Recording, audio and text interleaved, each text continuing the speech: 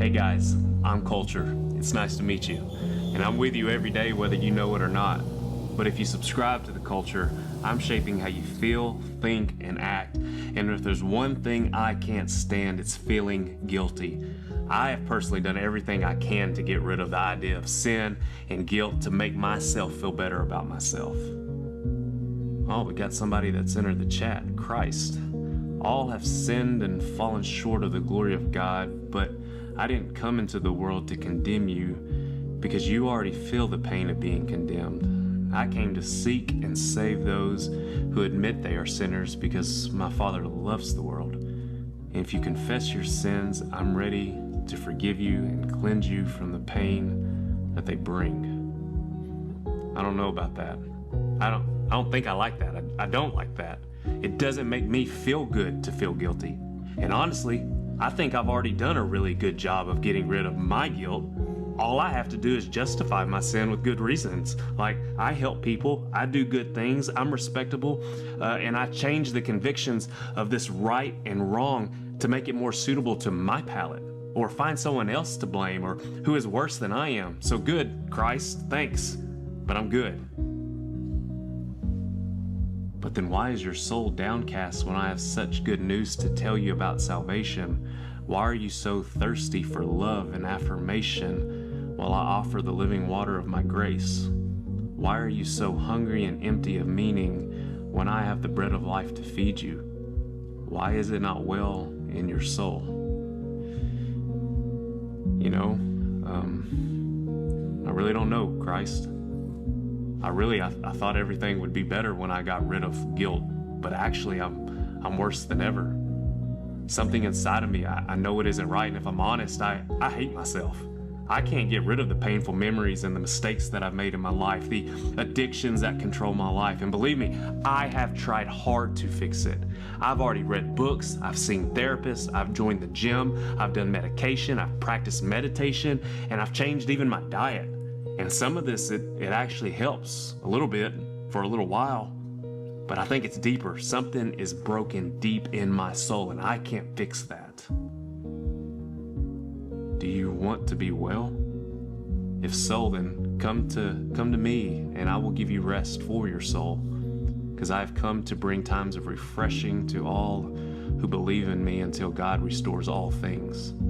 I have come not only to rescue you, but to restore you to what you are meant to be. I have not only come to make you holy, but to make you whole. Not only to help you, but to heal you. I've come to bring life and bring it in abundance. A life full of abundance. Maybe it's not culture that I need. Maybe it's Christ.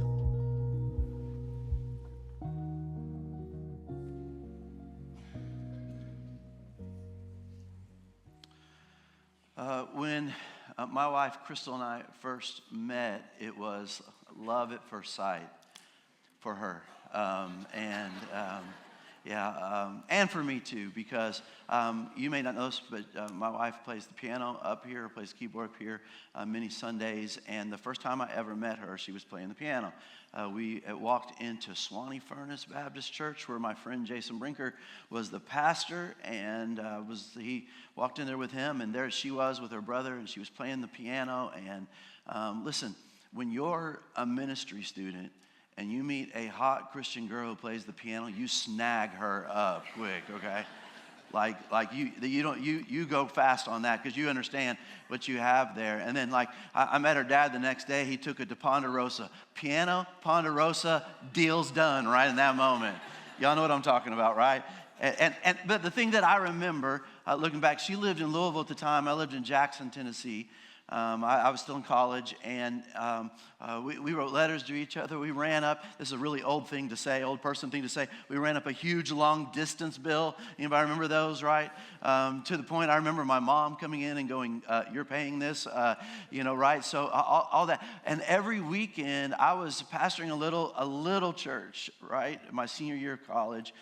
Every weekend I would go from Jackson, Tennessee to Metropolis. Get Crystal. We would drive from Metropolis all the way to Sugar Tree, Tennessee, 2 hours away.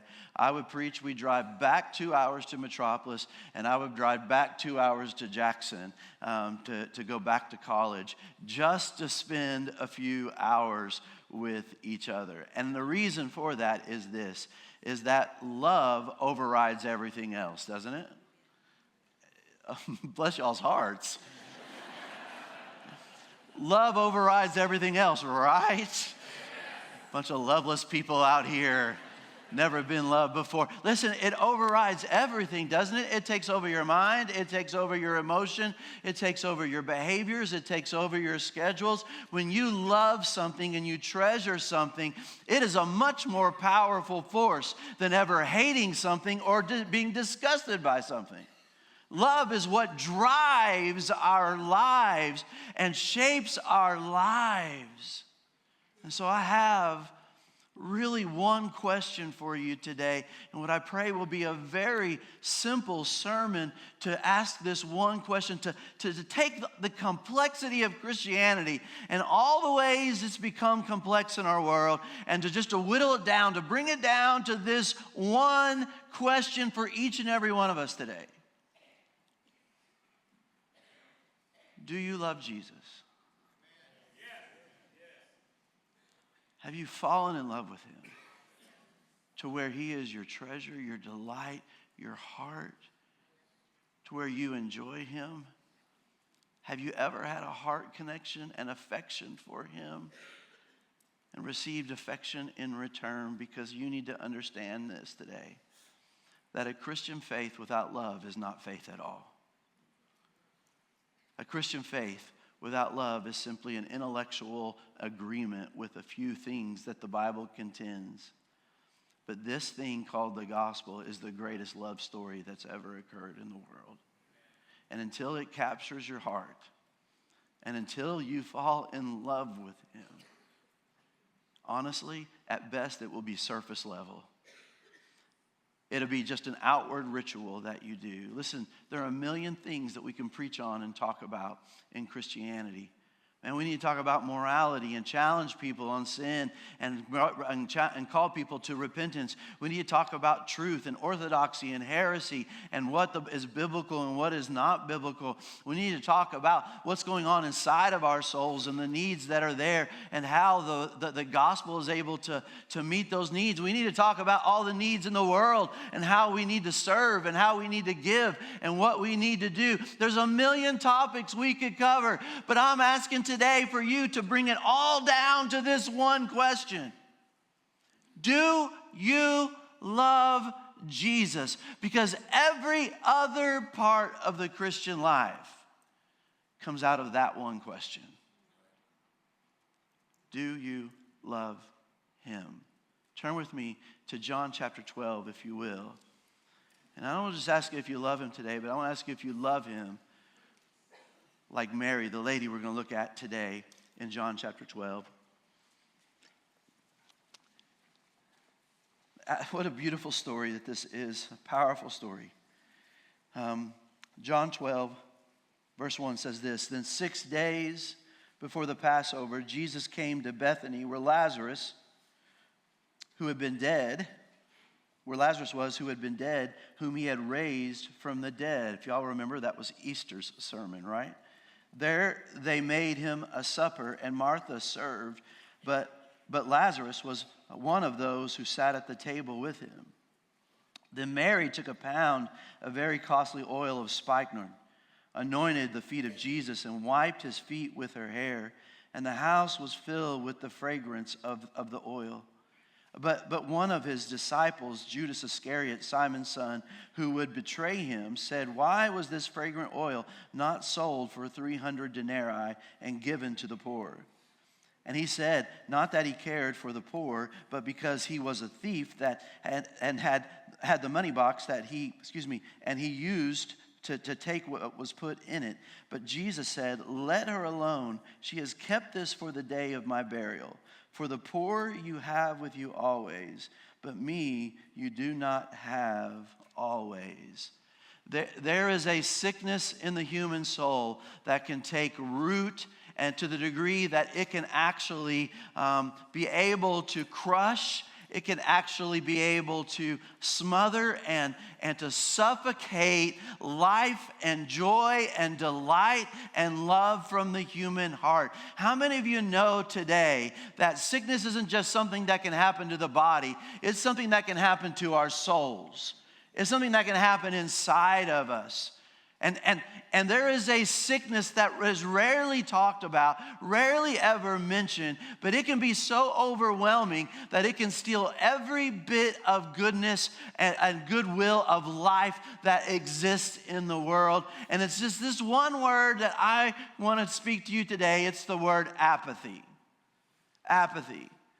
We think of apathy as simply, having no feeling. But isn't it easy today for us in a world that seems very monotonous, that feels way out of our control, that we have no influence, in a world in which we get tired and worn out and wounded along the way? Isn't it very easy for our hearts to lose their passion, for our hearts to lose their vigor and their energy and their desire, right? To the point where we are able to be suffocated from those things, and instead apathy sets in. Apathy is not just a lack of caring. It's not just a lack of emotion. Apathy is an emptiness of the heart. Have you ever experienced it? It's a sense of going, what in the world does life matter anyway? What does my life matter anyway? What does it matter what I do? It brings an emptiness to us. What's my purpose? Why am I even here? And if you have never, ever gone through a season of apathy, I want to say to you, somehow you've lived in a bubble, or you simply just haven't lived long enough. Because life has a way of eroding every bit of passion from our lives that leaves us in a place where we are empty, ready, and just surviving. Just putting one foot in front of the other to make it to the next thing without any real passion, without any real vigor, without any real calling and any purpose. And I'll tell you, you can be super successful and you can not have met your goals and dreams and still be a person of apathy. Because this world we live in will steal away your love and your passion so quickly and so fast. And when it does, it leaves an emptiness in our hearts. Our main thought today is this: the cure for an empty heart of apathy is kindling the fire of passionate love for Jesus. And we'll stop there. Well, listen, what are we going to do when we have that empty heart? Man, if you haven't ever been there, I'll confess to you that I have. I've been there over and over again in that place where you're just, not feeling as if your life matters or if life matters at all. And why would this matter to us today? It matters to us today because you can't live the life that Christ has for you in the power of the Spirit, in the direction of the Word, in the affection and care of the Father, in the provision of Jesus. You cannot live that life without love and without passion. And a heart that has worn itself out, a heart that has become so stressed out, worn out, failed out, burnt out, whatever you want to call it, has lost that passion and that love. And there's no way that you can live it. It can happen because we get tired, because we have been fighting this fight a long time. Anybody in this place ever get tired? Notice how country I get all of a sudden, right? But I got to tell you too, how about those of you who are in high school, middle school, college? You're looking for your place. You're looking for your thing. You're looking for the thing that God has for you. You're going, man, what is my life going to matter? You're at a crisis point right now of between passion and apathy. Saying, is there a reason for my existence? Is there something for me to do in this world? And if the answer never becomes yes, then our hearts remain empty and we become a shell of a person. We need a cure for this apathy, don't we? And I'm saying to you today that this story is a beautiful picture of the cure for apathy. And the cure for apathy is this: but for the Christian, it is rekindling the love that you have for Jesus. It is seeing him again in his beauty and his greatness and falling in love with him all over again. I tell you, I've mentioned when Crystal and I first met, but what touches my life is this, that in a moment of anxiety, in a moment in which just everything's overloaded in my life, in my brain, in my mind, my wife still has the ability to just put her hand on my chest and bring calm to my heart and my mind. And I praise God to be in love with her and for her to be in love with me today. Why do I tell you that? Because I want you to know we are awesome. Right? Yeah, thank you. She. I said plural. You said singular. Sometimes y'all think this is just Doug and I having a conversation and the rest of y'all are just here for it. You know what I mean? Sometimes. Listen, I tell you this. Isn't it true? We see marriage after marriage in which there was once passion, there was once love, and now maybe there's disdain, maybe there's conflict, maybe there's just a drifting with it, because we've got this idea that at the beginning we fall in love and it'll just keep going without being nurtured. I want to tell you this, love has to be nurtured. Love has to be nurtured. It has to be cared for. It has to be invested in for it to be able to continue, because time, wounds, and stress will be able to wear down passion and love. If it can happen in marriage, certainly can it happen in our relationship with Jesus. I've given you an illustration before, but the drift away from Jesus is so subtle, right? I'm glad to see all of y'all here, and it's part of the reason why we have such a great crowd today, is because we have babies and moms and all that kind of stuff. But part of the reason is that school is still in and beach time has not yet started. But it's about to start. And have you ever been out in the water at the beach and been in the ocean, and maybe you've just been floating, maybe you've just been swimming, maybe just throwing a football, whatever it may be, and you look up and you're way down the coast from where you started? You didn't mean to. You didn't try to move. It just happened anyway. I want to tell you, listen, this world with its fallenness and its stress, and its world with its heartbreak and its woundedness, this world with its demands and responsibility will wear your heart down with a subtle drift until all of a sudden you look up and you go, I'm empty. I'm apathetic. What am I even living for? The Christian finds itself in needing to fall in love with Jesus. The non-Christian, I ask you this question about, do you love Jesus? Because the reality is you can't come to Jesus without falling in love with him. You can't come to him by just agreeing that there was a virgin birth and a resurrection. You have to see the beauty and glory of Jesus and go, that's my Lord. That's my Savior. That's the lover of my soul. And this apathy that sets in is so very powerful. I give a quote from a book by Jefferson Bethke and John Tyson. It's a book that's meant for men, but I think it applies to all of us here. It says this: sometimes he, that's Satan, uses a direct assault, tempting us with what we know is obviously wrong. But he knows the best way to immobilize a man is more subtle. His most effective strategy to destroy men is to lull them to sleep with apathy, to ease them into a sense that there is nothing to do, nothing to become, nothing to fight, to get them to sip the sweet wine of self-pity and despair and never realize their strength. Have you ever been there? Have you been in that place that is empty? What do we do? How do we renew? I'm going to tell you, you go, well, you know, Nathan, we have work. You're at the church. You work at the church. You're here all week. You preach sermons every week. I mean, it's easy for you not to get apathetic. Like, we have to live in the real world, right? We have to go out into the real world. I got to tell you, I think the temptation for apathy is as strong or stronger for those who are in full-time ministry, those who are in leadership, as much as it is for those who are not.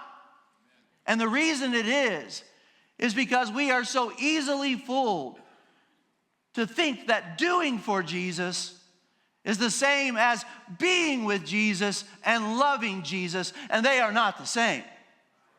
Ministry will never fill your heart. It is the overflow of a love for Jesus, not a substitute for it. And a million times, I have relied on sermons, I have relied on counseling and on leadership and on my position to be able to make me feel like I must be spiritual, I must be thriving.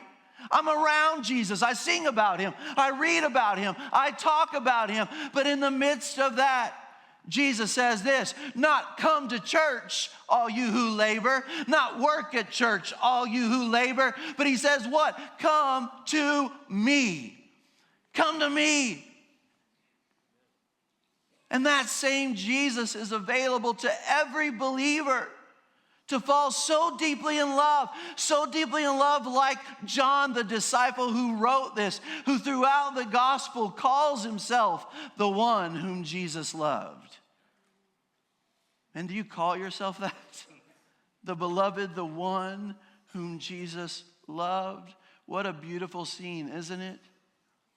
In the moment where at the Lord's Supper, that John lays his head. Listen to me, you think Jesus is intimidating? You think he's unapproachable? You think he's not tender? He lays his head, and he lays his head on his chest, and he hears his heartbeat. All I can think about is moments as a child, especially since Mother's Day. My mom was always the person that I wanted if I was hurting. My mom was always the person who could immediately make me feel more comforted just by being with her. And I can think of times of being very upset and just laying my head on her chest and hearing her heartbeat and knowing that her heart was beating. One of the things that kept it beating was me. One of the reasons that kept it moving was me. I got to tell you, if you know Christ, you can know him like that. You can know him with such intimacy. How do we nurture this? Well, I think Mary gives us some good direction here. The first one is this, that if we're going to have a passionate love for Jesus, we're going to rekindle that. Here's what's going to happen. We're going to have the kind of love for Jesus that keeps the gratitude of the gospel fresh. Chapter 12, verse 1 says this, then 6 days before the Passover, Jesus came to Bethany where Lazarus was, who had been dead, whom he had raised from the dead. So I want you to recognize where we're at in the book of John. In chapter 11, Jesus raises Mary's brother Lazarus from the dead. That's last chapter. And now they are 6 days from the Passover. You understand, this is the final week that Jesus will have an earthly life here. This is his final week that he is headed to the cross. This moment is happening between the powerful and amazing moment of Lazarus being raised from the dead and the ugly, torturous moment of Jesus being hung on the cross. And in the midst of this, love collides. Love finds each other here. And a woman who is so grateful that he has raised her brother, that she goes and she gets her most expensive item, this oil of spikenard. Now, I get it. It's Mother's Day. Moms, if your kid gives you some perfume and it says spikenard on it, right? You're probably going, how much did you pay for this, right? Does not sound that great. But you need to understand that what she's doing is she's taking her most expensive item and she is pouring it on Jesus. Don't miss the symbolism here. He would say that she is preparing his body for burial, and that perfume filled the entire room with a sweet-smelling aroma. Here's what she's doing. She's saying, you're worth the cost of this, Jesus. And this perfume represents the beauty and glory that is in you. This, like it is sweet smelling. Listen, doesn't Paul say that we're to love? And when we love, we emit the sweet smelling aroma of Christ. Do people smell Jesus in your life? as you love people. This is what she's saying. She's saying you need perfume because it represents your beauty. It represents your goodness. I'm in love with you. And she's saying, this is my most expensive thing. You're worth the cost. Now, why would she go and do such a thing like that? Only word I can give is this, that her love has been fueled by gratitude.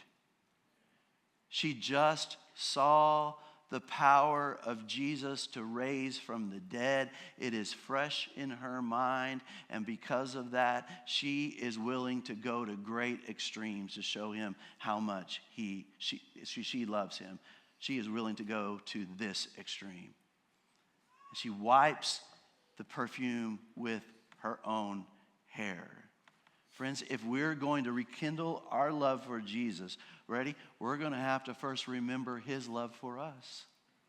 We're going to have to remember what he has done already. She is not loving him because of what he's about to do. She doesn't understand Passover. She doesn't understand the cross. She is showing love to him because of what he's already done. And this is what is incredible about gospel transformation. Rather than the law, rather than the works. The law and works and religion say this: I will do something for God so that I will get something, so that he will do something for me in the future. He will give me something, but that's not the gospel. The gospel says this: he's already done it. He's already died. He already rose again. He already gave his word. He already sent messengers to me. He already gave me his spirit. I have all of his treasuring, all of his affection. I am his and I belong to him. The gospel, it is finished. It is done. And because of that, I am grateful and I love him. Get this, the first type of works, I'll tell you, will wear you out. Always trying to make a bargain and a deal with God. But the gospel says what? It says, I give to you because I am so grateful. But tell me I'm not wrong on this. Isn't it true that over time, the amount and the type of love that God has for us begins to diminish in our mind, and we have spiritual amnesia. And if we don't come back to the cross, come back to Jesus, come back to his word, come back to singing to him, to regularly being before him, as Charles Spurgeon said, to gaze upon his wounds. If we don't come back and do that, spiritual amnesia will take over, and we will forget the kind of love that he has for us. Or if we remember it, we will remember it too small. And when that happens, we lose gratitude. When that happens, we lose love. When that happens, we lose obedience. By the way, every sin, before it ever is a behavior problem, is a love problem. What do you love most? There is gratitude here. The second thing we can nurture this love is with this. It's the kind of love, the passionate love for Jesus that reverses the flow of love from the treasure we get to the treasure we give. Verse 3, then Mary took a pound of very costly, notice that word, oil of spikenard, anointed the feet of Jesus, wiped his feet with her hair, and the house was filled with the fragrance of the oil. But one of his disciples, Judas Iscariot, John is the only one to mention this as Judas.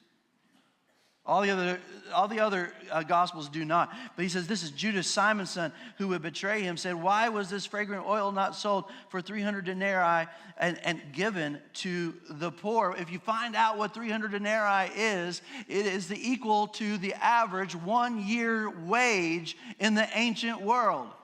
She just gave 1 year salary to Jesus. And Judas is going, that does not make sense on a spreadsheet. He didn't know what a spreadsheet was, but I get it. That doesn't make sense in dollars and cents at all, does it? You know what? He's right. Unless Jesus is actually a treasure worth everything that we have. Unless we have fallen in love to him where we don't care. Listen to me. Some of you won't even give your song.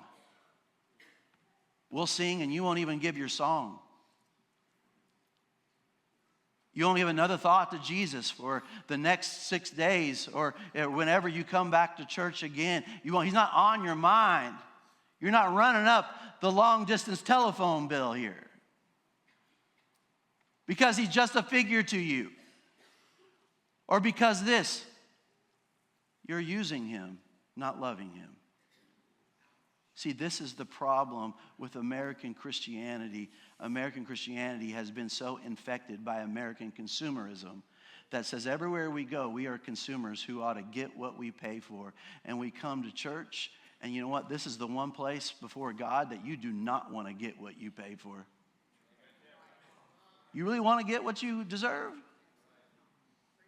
I got to tell you, here's what happens in the gospel, and we learn it through the wisdom of the cross.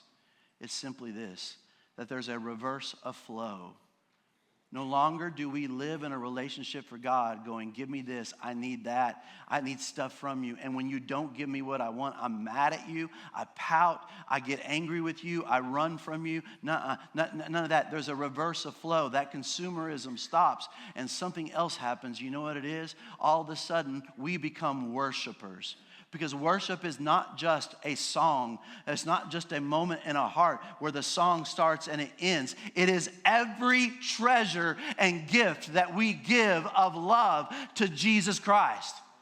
Every song, every word, every action, every thought that just says, you're on my mind because I'm in love with you. Y'all remember first falling in love? Gary Moraney remembers it. I see him nodding over there. Anybody else? You remember when you first fall in love, you can't think of anything else but that person, can you? Man, I'm going to tell you, listen to me. This woman has gone and got her greatest treasure and poured it upon Jesus' feet. And the answer, the reason is because she understands that her relationship with him now, after what he's done for her, this relationship now is about what can I give him, and that's all that matters. Not what can he give me. Oh, but Nathan, this tragedy happened in my life. I get it. I know it. We're in a fallen, messed up, broken world. It's going to hurt a lot. But the reverse of flow is simply this. Do you know the tragedy that Jesus bore so that you could be saved and you could be loved? See, he entered this fallen world. You go, well, I don't like what happened to me, and so I'm angry with God. I'm not in love with him anymore. I got to tell you, he didn't like what happened to him. He didn't like hanging on a cross. He didn't like being stripped of his clothes. He didn't like being humiliated. You think he liked it? But why did he do it? Love. For God so loved the world. God demonstrated his love in this, that while we were still sinners, Christ died for us. It is love that took him to the cross. It is love that made him bear the pain and the suffering. And it is his treasure to you. And if you're going to come in relationship with him, stop coming to him as a customer and start coming to him as a worshiper who's able to give themselves to him. The third is this. If we're going to kindle a passionate love for Jesus, it'll have to be the kind that won't allow practicality to kill our passion. When I look at this interchange here, there's no doubt about it. What this woman has given is not practical. In an ancient world where poverty is rampant, food is scarce, the idea of giving something and to pour it out is just unimaginable. It's impractical. And when Judas, who's the group treasurer, the group accountant, says, couldn't have this been sold and given for the poor? When I hear that, I have, honestly, flashbacks of every business meeting I've ever been in my entire life. So I'm going to tell you, this woman gets shot down in an average church business meeting, does she not? Let's pour this out for Jesus. Russ, I'm right, aren't I, man? Let's pour this out for Jesus. No, wait. Our bylaws won't allow spikenard to be poured like this, right? Hey, I know we've never done it that way before, ever before. And you know what? That money could be used for the poor. Now, please listen to me. Jesus is not against being generous to the poor. He teaches on it elsewhere, but here's what he knows that we need to know. That the key for the poor or the rich, all is going to be what he's about to do on the cross. And for her to pour this out on him is the best thing for the poor to ever have. Is to bless him and encourage him and strengthen him on his way to the cross, that he might be obedient to the Father to fulfill the Father's will. You know he got tempted, did he not? To let this cup pass?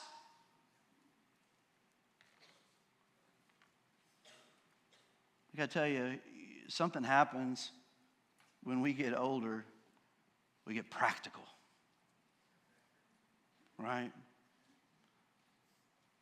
There's nothing wrong with practical. There's nothing wrong with logic. The Bible's not for foolishness. I don't want to give you any thought that that's the case of it. But I'm going to tell you, when practicality kills passion, the heart is left empty and with apathy. If all we have is what we can, if all we attempt for God is what we can calculate that we're capable of, then friends, we're not a church, we're a social organization. But if we're able to say our God is able to do abundantly, exceedingly above whatever we ask or think, and we have a passion that there's a big God, I'm going to tell you, when I came to Heartland, the number one thing that struck me and struck my heart and made me go, I'm home here. This is home. This is what I was made for. This is where I belong. This is what I've come from, is I found people that believed in a big God. A God that was not small, a God that was not limited to practicality or to human logic, but a God that was a raging fire, a God that was able to take down giants, a God that was able to take a few people, 300 people, and to be able to take out 150,000 Midianites. This is the God I remember. And this is the heart of Heartland, and it has to remain the heart of Heartland. If we become so calculated and practical that we don't dream, that we don't believe, that we don't think God can do the impossible, then what happens is this, is our hearts get apathetic. I'm going to tell you, listen to me, you want to pray for your pastors. Here's how you pray for your pastors. You know what wears down the heart of a pastor? What empties the heart of a pastor as much as anything is all the failures along the way. Not our failures, like we made a mistake or did something, but all the people you invested in, cared for, led, and taught, and saw little to no fruit in it. And pretty soon, Satan whispers in your ear, you gave your life for this? There's much more lucrative paths you could have gone. Why'd you do this? Is this really worth it? I'm going to tell you what, it's hard to endure. I forget it, Brother Don's funeral, 47 years. To endure in the work of leading the people of God is a miracle and takes the grace and power of God for it to happen, because Satan is constantly going, what you do does not matter. It's not effective. Nothing good is happening. And listen to me, I couldn't feel more encouraged by anybody. Please don't come up to me afterwards and go, Nathan, we love you. We promise you things are going good. I know that, okay? I get it. I got it. I want you to pray for your pastors, though. You know what it's like to lead worship and to see somebody stand like they're in the DMV line?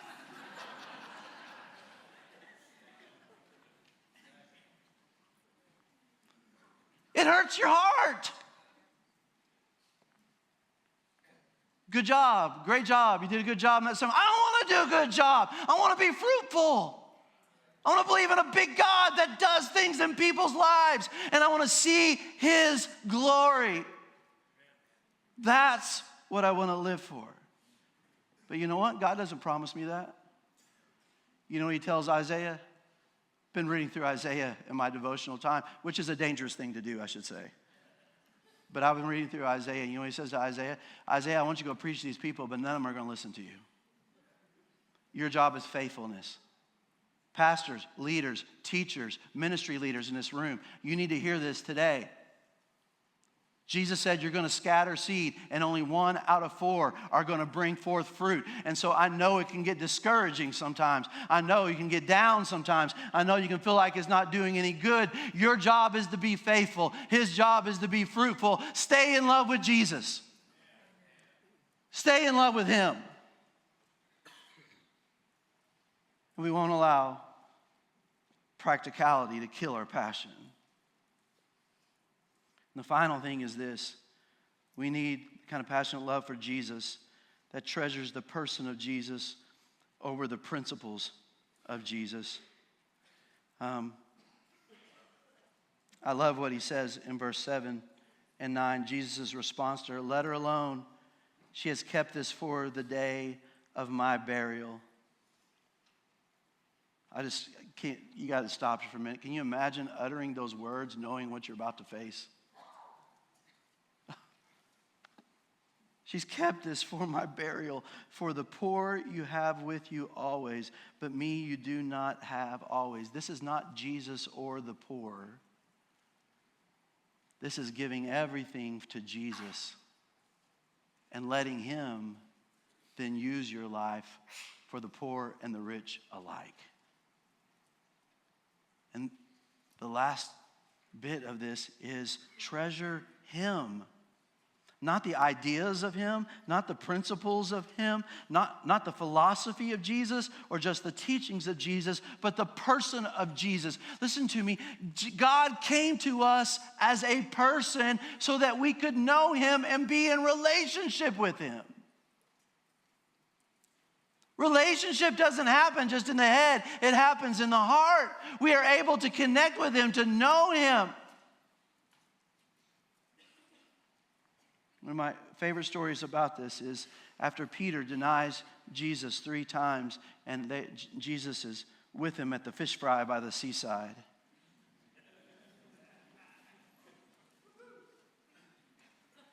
And he reclaims Peter. He redeems Peter. He doesn't say, Peter, will you obey me? He doesn't say, Peter, will you believe in me? Will you trust me? He doesn't say, Peter, will you serve me? Here's the question he asked 3 times. Peter, do you love me?